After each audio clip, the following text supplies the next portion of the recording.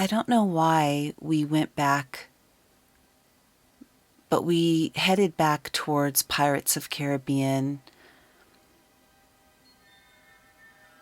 Maybe because I always felt safer in the Pirates of Caribbean and Haunted Mansion area. And because we were close by, had just come out of Raiders, and we were starting to understand that even though it was a fun idea of being alone in the park and being able to go into every ride and not have to wait in the lines, it was scary because the eeriness of all the people that we were cutting through and moving around frozen. These were human beings. These were lives that were just frozen in time.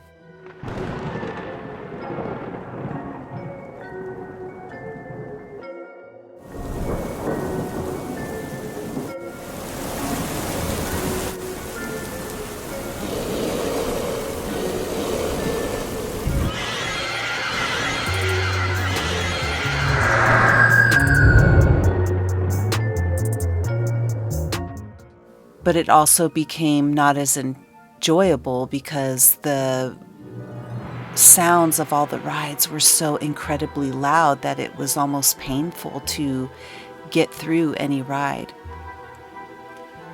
But something called me back towards the Pirates of Caribbean area, and we just kind of wandered, and we walked past pirates and we cut through all the people. And there's a little alleyway that has a bunch of shops, and we ended up wandering into a store called Pieces of 8.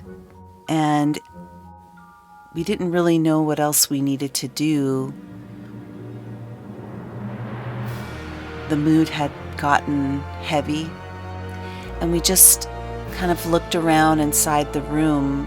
But of course, curiosity will always get the better of anyone in this type of situation where you finally have access to go places where no one will tell you you can't. So we looked around at the store, but then I realized we could look at the places off limits. And so I wandered into the back room of the Pieces of 8 store. My husband followed with me, and we just went back and we looked around, and at first it just seemed like a normal storage area or back room to a store. There was items on shelves to restock. But the back of the store had a long hallway, and the more that you looked at the hallway, the more that you realized that it wasn't just something to the store, but it seemed more like an entryway to something because it was so long. So much so that it began to get somewhat dark and then was illuminated by these bright neon blue lights that were up in the ceiling. And it cast an eerie glow into the back of the hallway, but it was lit enough for somebody to go back there. So of course I had to go back there. There was nothing keeping us from looking around at all of these different things that we would never have access to. And part of me was thinking, why not do that? Because it could lead to some clue about what was going on, or I always felt like I needed to trust my instincts. And my instincts was telling me to go back towards these neon blue lights, face the shadows towards the back of the hallway, and see where it led us. Now this hallway went on for, I feel like we were walking for like 2 minutes, and it started to twist and turn, and there were stanchions with red velvet ropes on the side, and it went from a white long hallway that was just kind of concrete and tile looking with nothing, where when we would turn corners it started to have wallpaper and draperies hanging on the walls and frames and decorative ceilings and things that you would see in the Haunted Mansion. It started to turn into something that looked more like a ride. And the lighting changed. There was still this luminant neon blue light, but it was less ominous and felt like we were being guided towards some kind of, I don't know, opening to something. And finally, the tile turned into carpeting, and it turned into this kind of almost beautiful themed feel, very similar to Haunted Mansion. So we just kept going, and I was so intrigued by what was happening here. I didn't understand it, but all the sounds of the crowd was gone. There were no people in the hallways. There was no one frozen. We were clearly walking into something that was not meant for the public view, and yet it was so decorated and beautiful and haunting. But it must have been something I imagined was only meant for perhaps employees, and this is why there weren't people along the ways, because everybody was working. It didn't surprise me that there were no frozen people, because if they're all working and doing their job, there's not going to be a lot of people littering the halls, and therefore there weren't a lot of frozen bodies just standing frozen in time and place in hallways that we were passing through. So we took this right-hand turn, and it stopped dead end at a door, and the door had an intercom system, and there was nowhere else to go. So I did the only thing that I could do, which was I pressed the button for the intercom system. And I fully intended it to lead us to nothing, because everybody was stuck in this glitch, frozen in time. But when there's a button, you push it, and so I did. A couple of seconds went by, and I looked back at my husband and started to turn around and say something to him, when all of a sudden I heard a buzzing sound. And that buzzing sound was the kind that is made when someone's letting you in. So immediately my brows creased, and I turned back, and I looked at the intercom system and immediately grabbed the doorknob and twisted it down, and the door popped open. I began to pull the door open. I looked back at my husband, and we were both hopeful and curious and a little scared about what was going on. How could the whole entire park be frozen in time, and somehow someone on the other end of that door buzzed us in? What the heck was going on? When I opened the door, my husband and I were confused and shocked, and we were greeted by a man who saw our stunned faces and simply smiled gently at us. A warm smile that let us know that we were okay. And he motioned with his arm to come through the door, don't stand on the outside, that it was okay for us to walk through. And we just looked at each other, and we were, the only word I can think of is dumbfounded. So we opened the door, or crossed through the door, and we could hear the clicking of the door shut behind us. And the man in front of us smiled again and said, "Don't be scared, come through." And there were turnstiles, which was interesting that turnstiles would be right in front of the door, but it was the only thing separating us from this man on the other side. Now, when I tell you who this man is, you're not going to believe me, and this is what adds to the craziness of this story. It was unmistakable. He spoke and said, "Welcome to this happy place." And he again motioned with his arms for us to come toward him and through the turnstiles, which we did. And when I tell you that the person that we were looking at was no other than Walt Disney. What do you say when you're seeing something? First of all, the entire situation was incredible and it was strange.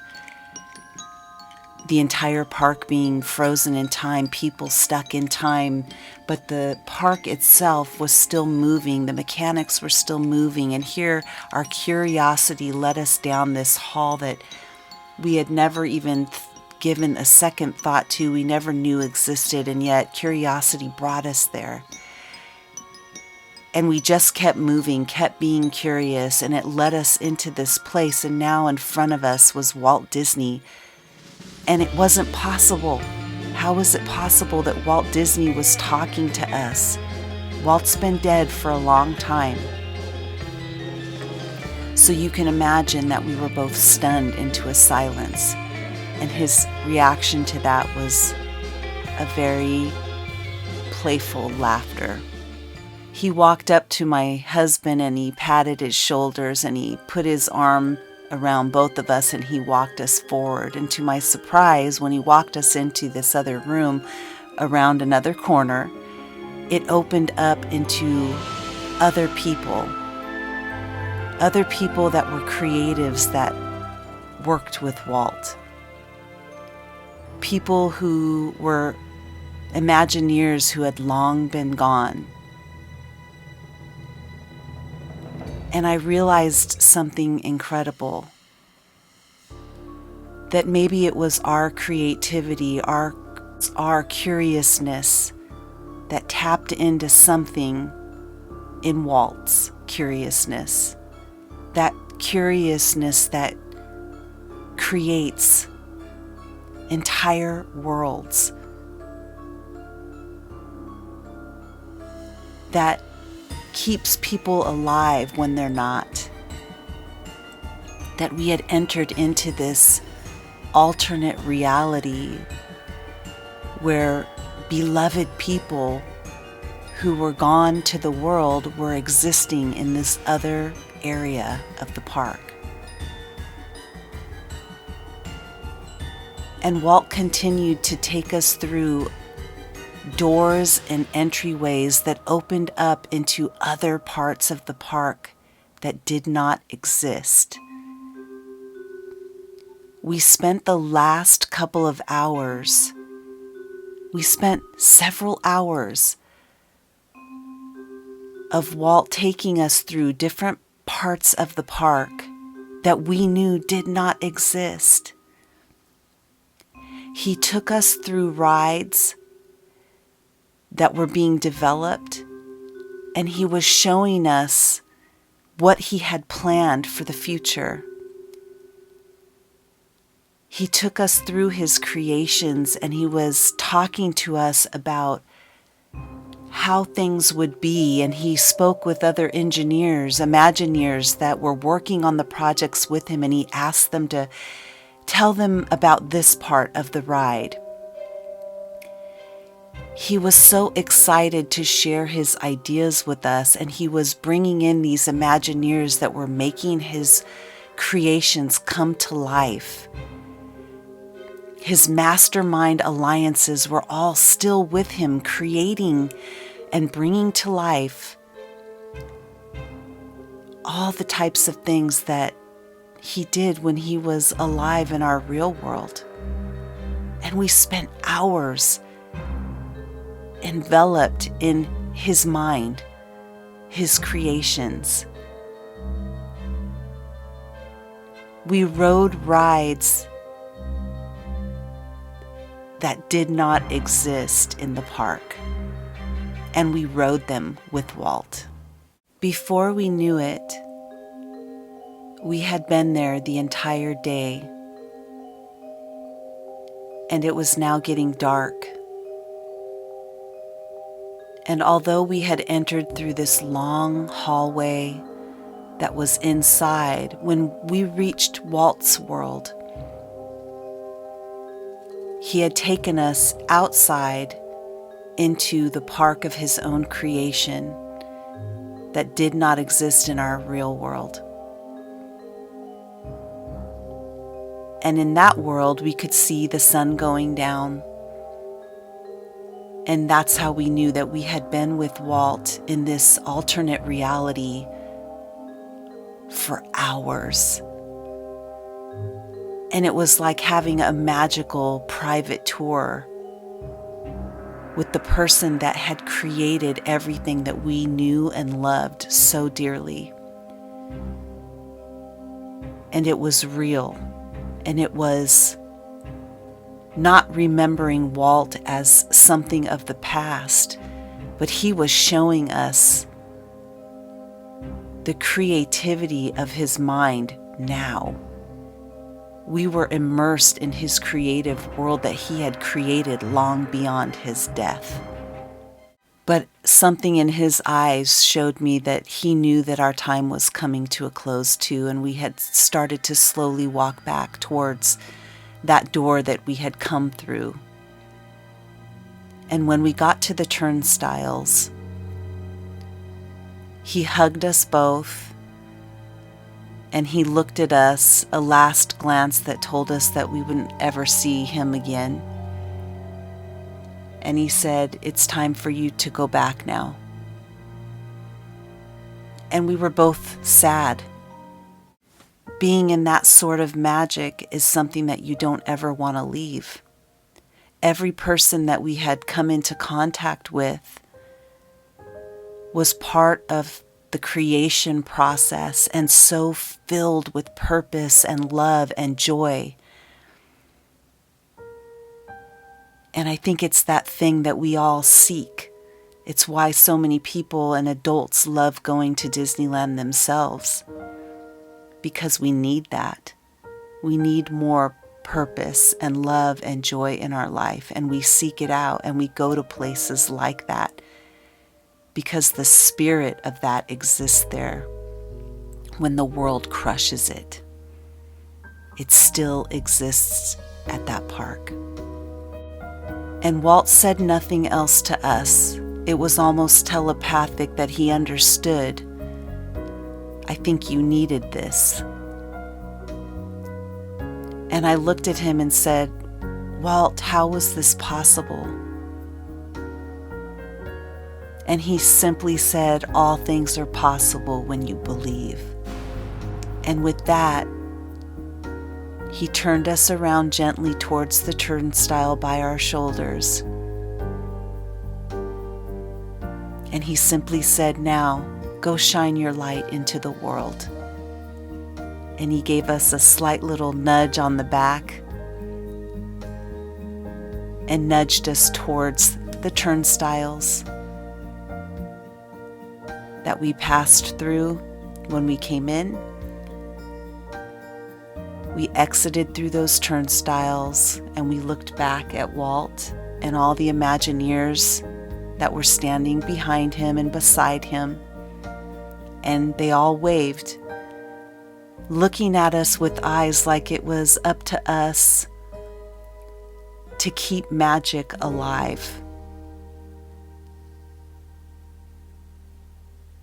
And as we looked back at him and we opened the door and we saw the long hallway, we turned back and we looked at all of them one more time before we had to go back. And we walked down what were luxurious, beautiful hallways that were themed like the Haunted Mansion. And we kept walking through the twists and turns until it turned into the tiled white floors and the sterile blue neon light. And we heard the clacking of our shoes on the floor, and we kept walking almost completely silent because we both were taking in what just happened to us. And we kept walking until we ended up in the storage room of the Pieces of 8 store. And we walked into the store. And just as we walked into the store and we saw all the people frozen, we heard a little snap. And just as we both heard that snap, we looked at each other, and instantaneously, all the people were moving again. And stunned, we just stopped and looked at each other. and this sense of relief washed over us. But there was also a bit of sadness to be leaving that perfect world where everything was magical, where everything had purpose, where everything was joyful. And we remembered what Walt said to us as we were leaving, that it was up to us to go out and shine our light into the world. And he wasn't asking us to do anything that he hadn't already done himself.